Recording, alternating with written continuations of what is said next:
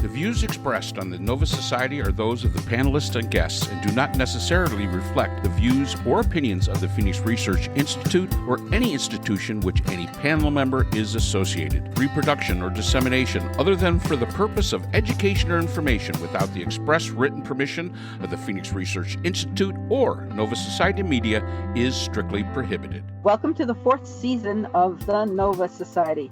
I'm your host, Dr. Brooklyn Ann Weldon, and I'm here with my panel, Dr. Scott Gershwer and Dr. Mark Found. Today our panel will be answering listener emails, and we have a question from Tony. And Tony lives in St. Petersburg, Florida. And Tony asks, Mike Johnson survived as Speaker of the House. It seems that the vote was less than encouraging for the Republicans. Will this next Congress, the 119th Congress, be able actually to govern? That is a great question, Tony. What say you? Mark? Scott? No. They're not good at it. They're bad at it. Trump is the Speaker of the House. They're horrible at it, and the answer is Right. No, they won't. Yeah. Elon Musk is the Speaker of the House. I say no. They won't. Okay, They can't govern. Yeah, go ahead. I mean, Trump is the leader of his party. He is a authoritarian leader of his party. They do what he tells him to do. Even the Thomas Masseys of the world must bend to the will of Trump. And, it doesn't matter whether it's the Senate or the House. They're going to capitulate to what he wants to do. They did it when he was not president. I'm sure they're going to do it when he is president. And so their ability to get votes is going to depend on how acquiescent they are to him. And from what I can tell so far, they're pretty acquiescent to him. Now, if I was a Democrat, I would say, Mike Johnson, Scott Gershwer says you have the most punchable face on the planet. Let me punch you in the face, and maybe I'll think about voting for what you want to do. No, this is... You can raise a lot of money that way. Yeah, it could raise an awful lot of money. Heck, you might be able to get people reelected with all that money. What do you think, $5 a punch? Probably close the gap in the deficit. If during the 4 years between 2016 and 2020 did not show that there was an incapacity to govern. Let's remember, in 2016, Donald Trump takes office. He has both a Republican Senate and a Republican House of Representatives. He wanted to overturn Obamacare. He couldn't even get that done. And that wasn't really overly a popular, program for Republicans anyway. And he still couldn't get it done. And they didn't do a whole heck of a lot during those 2 years. So now you get Biden in, you've got a Republican House. They can't even keep a speaker. We say, yeah, Johnson did make it through. That's great for him. But for how long? 2 months from now, we might be back to the way it was when it was Kevin McCarthy. And they can't even govern themselves, and they can't even govern their party. And we've talked about this before. They are so fractured. You do still have, and that number is dwindling, but you still do have real Republicans in the Republican Party, people that are serious legislators that are there to legislate. But then you've got the space laser greens. You've got, all these other people who are not there to legislate. They're just there to basically put a monkey wrench into the system. And that's a majority in the Republicans at this point in time. And then you have another little group who are just scared shitless because they just want to keep their job. That's all they want to do. They're going to go with whichever way the wind blows, they're going to go with. And how can you govern if you cannot even govern your own party? So Mike Johnson, I'll tell you something. I don't like him. I don't agree with his policies. I don't think, like Scott does it, he does have the most punchable face. I think Kennedy from Louisiana is definitely more punchable than he is. But the fact is that I don't envy him the job that he's got. I just cannot envy him. This is a tough job that he's got, and I don't know if there's anyone who could navigate in the Republican Party to actually be able to govern a nation as complex as the United States. So we're going to have to wait and see. The rumor is that Trump wants to do all of his plans, probably Project 2025, in one sweeping bill. Good luck with that. Good luck with that, because you're going to have Republicans who are just not going to sign up for all of this, and they're not going to do it. So I think for the next 2 years, and United States, congratulations, you got what you asked for. You wanted it, you got it, Toyota. Good luck, because I don't think you're going to see anything get done over the next 2 years. The things that are being talked about, like taking over Greenland and, taking by force the Panama Canal and all this other, foolishness, that's what they're going to focus you on, because they don't want you to focus on the real problem, which is that you've elected a government that simply can't govern.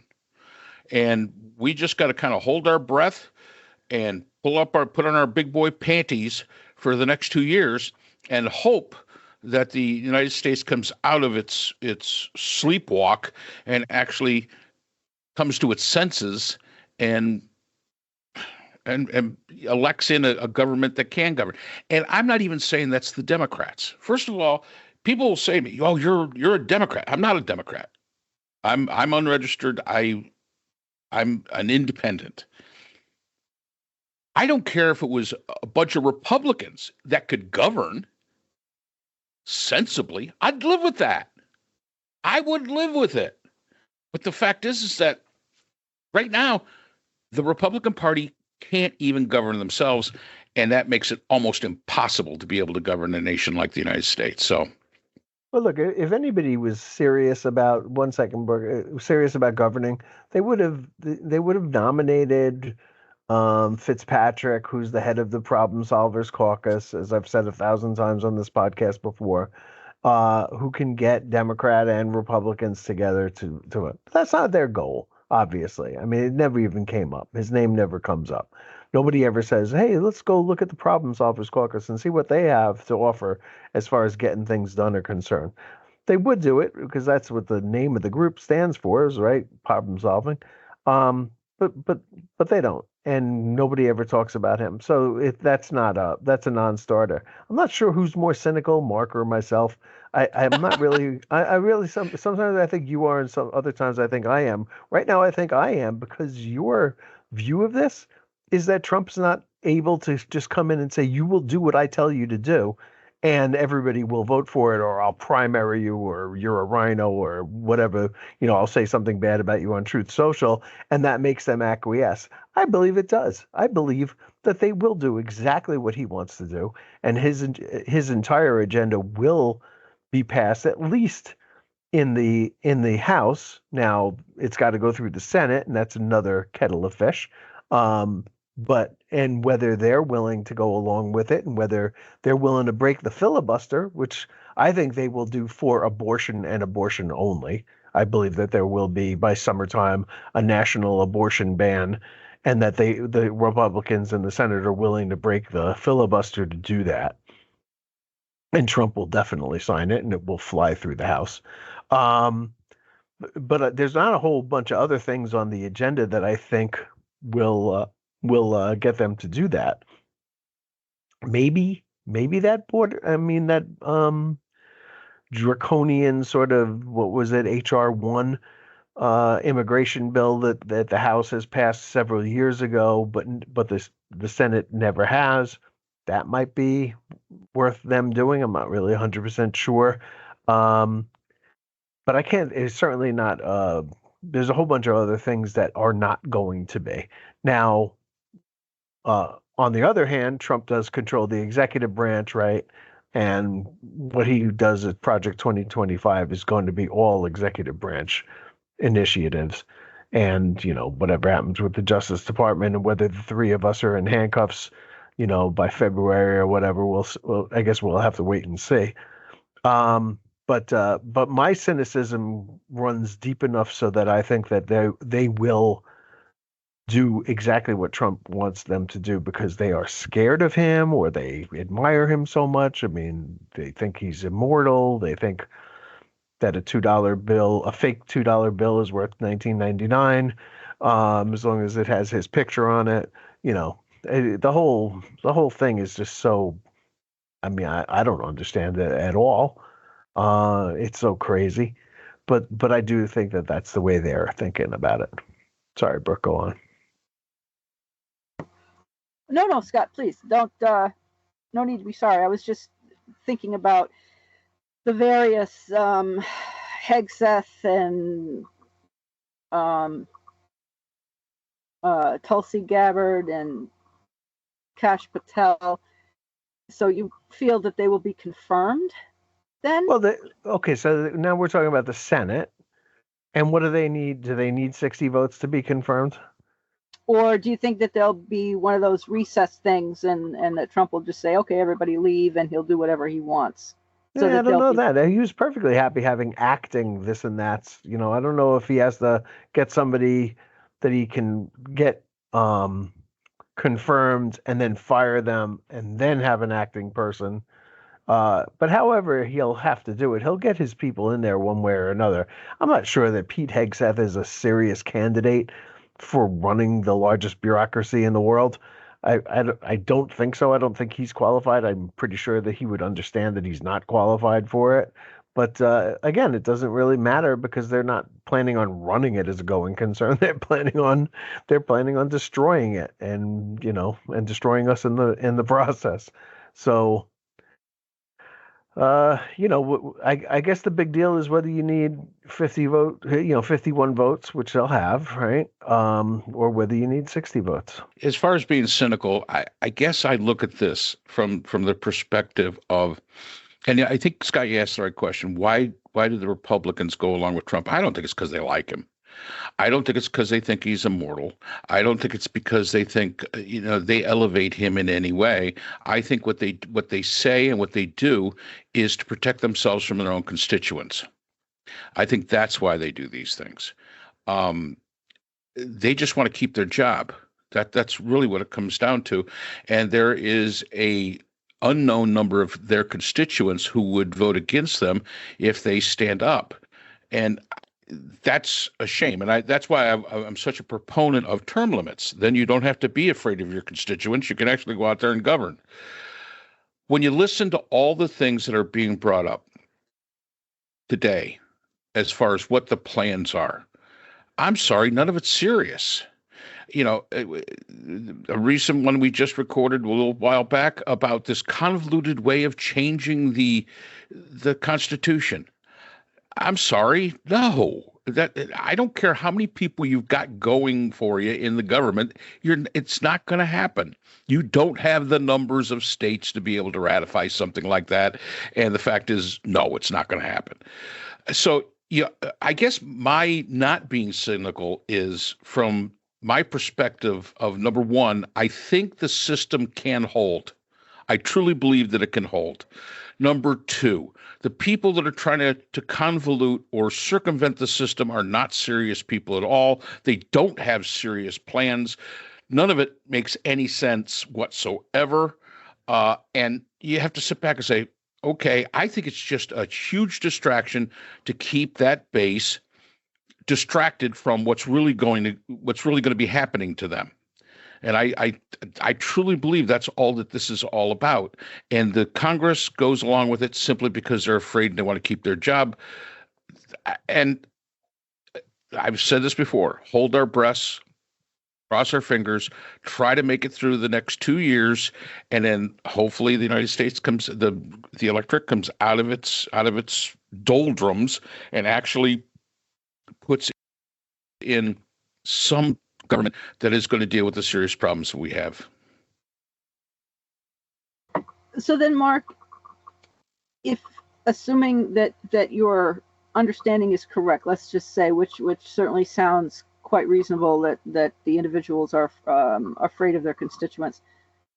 What then is Trump's purpose and his administration's purpose? I mean, Trump's purpose is to stay out of jail and enrich himself, let's say, and to be the center of attention and whatever. He doesn't care about governing. But the people like Musk, he likes the attention and everything else, and everybody scurrying around and whatever, and having control and power. But people like a Stephen Miller and Tom Homan and so on and so forth, and the Heritage Foundation people. I mean, it would seem to me that somewhere, at some level, are people who are serious about what they're doing and who are therefore very inimical to the interests of the nation. And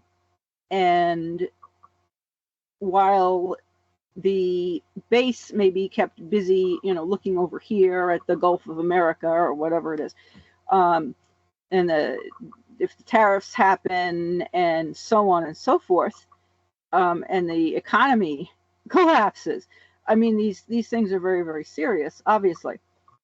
I mean, what do you see happening? And then what is the purpose of even being in government? Well, and that's the point. I mean, that truly comes down, and you make a very good point. You've got people with a lot of different agendas going on here.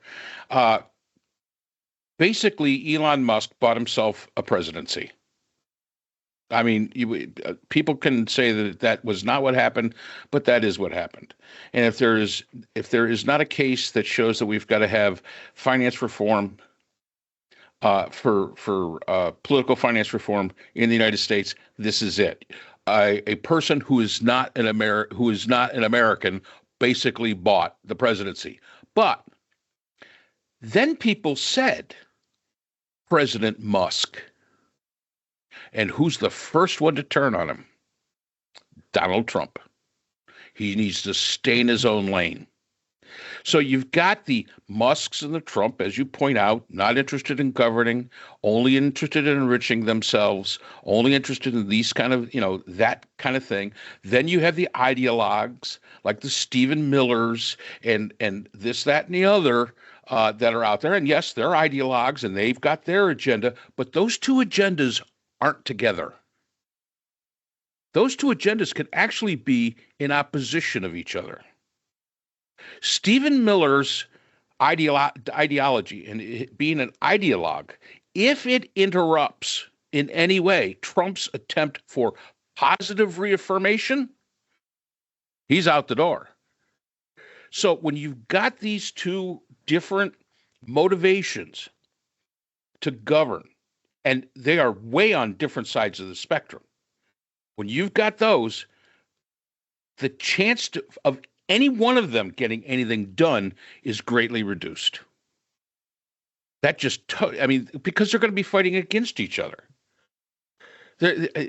How many of the original Trump cabinet in 2016 actually made it all the way to 2020? Not very many. Mnuchin, right? Probably the only one. And Choi. But she resigned after and I'm not talking those that resigned after January 6th. What I'm talking about is those that actually made it. I think Choi, McConnell's wife, I think she made it through. Mnuchin was one, but all the rest of them, gone. If anybody thinks that this next cabinet, no matter how in lockstep people may think they are with Trump, is going to stay there, it just takes, it's like, my dad always used to say, one aw shit takes care of all the attaboys. And that's really what we're looking at. These guys are all walking a very tight rope, even the ideologues, because Trump isn't an ideologue. He is, people think he is, but he is not. He's got other people that do that. He's interested in selling you sneakers. He's interested in having you buy Trump coins or Trump, shot glasses or something. He's interested in those kind of things. He's interested in, being the center of attention and, sitting in the big chair, not doing anything while he's sitting there, but sitting in the big chair. People that believe that Donald Trump makes the decisions is absolutely insane. He does not make the decisions. Other people make the decisions, but they're held accountable by Trump, whether those decisions reflect well on Trump or do not. And if they do not, in any way, they're out. That's all there is to it. So when that dynamic exists, how do you govern with that? I mean, you can govern if people actually think differently, if there's actually a civil discourse, if there's a political discourse there. I believe in higher taxes and you believe in lower taxes. We can work together because we can compromise because we know we have to govern. It's not zero sum. And that's why I say, maybe that's why I'm not as cynical as Scott is at this point in time, because I truly believe that this is the perfect storm of not working. If this was a machine and I was an engineer, I would look at the drawing and say, this won't work. And that's why I say we have to hold our breath and cross our fingers, because we have to hope that with it not working, we can get through the next 2 years without Canada coming and taking us over and making us their, seventh province, which would probably be helpful. I'm ready to call the King of England and say, listen, we're sorry. We screwed up 250 years ago. Can you take us back, please? Because they're doing so well over there. They're doing so well, too. Yeah, I know. I mean, what about the King of Denmark? Why don't you just become part of Denmark? They're happy. That's the one thing that I think we have going for us is that everybody else is such a basket case. We look actually pretty good by comparison. I mean, the bar isn't very high. Right? Yeah, absolutely. From 2021 to 2024, which is roughly the Joe Biden term, Chinese people became the fastest growing migrant group crossing the U.S. southern border. Right? I mean, just like an incredible amount of Chinese people crossed over into Mexico or Panama or wherever and walked across the southern border into the United States. And they brought with them hundreds of billions of dollars. And China has fallen behind in 4 years, fallen way behind where we are. England, forget about. How about this? If Japan, which at one time, we're all old enough to remember, was considered a threat to us, right? And I think when Bill Clinton was president, Japanese citizens were like 50% wealthier than the average American. Today, if Japan was a U.S. state, it would be poorer than Mississippi. And not just them, but also France, Germany, and the UK would all be the poorest states in the Union. Wow. So we're doing really, really well compared to everybody else, and that's more or less keeping hope alive. Yeah, thank you both. And so, I Tony, I do hope that we answered your question, and thank you for joining us on the Nova Society, and we will see you next time. And Tony, if we didn't answer your question, at least we had fun not answering your question. That is true. Yeah, we do that a lot. Yeah. Well, I hope, Tony, that also, if we did not answer your question, that we answered somebody's question. So we'll see you next time on the Nova Society. The Nova Society is a production of Nova Society Media, a division of the Phoenix Research Institute. We'd like to thank our production partners, Buzzsprout, who hosts the Nova Society, Audacity, our editing partners, Apple iTunes, the largest source of podcasts and music on the internet, Spotify, the most popular platform for the Nova Society, and iHeartRadio, your source for all things music and podcasting. The Nova Society is available on all of these and other quality platforms listed in our description. We'd also like to thank all of our listeners. Without your support, the Nova Society would not be possible. If you have a question or comment, we can be reached at nova.society.podcast@gmail.com. So for Dr. Brooklyn Ann Weldon, Dr. Priscilla Hobbs, Dr. Scott Gershwer, and all of us here at the Nova Society. I'm Dr. Mark Bound. Remember, the true power in society is knowledge. Thanks for listening, and we will see you again next time. We'd like to thank our sponsor for this episode, the Journal of Interdisciplinary Complex Science. The JCIS is an open journal for upcoming scholars. The JCIS is currently accepting article submissions on an ongoing basis. JCIS is a publication of NovaWorks, a scholarly repository at Nova Southeastern University. A link to the journal is in our description.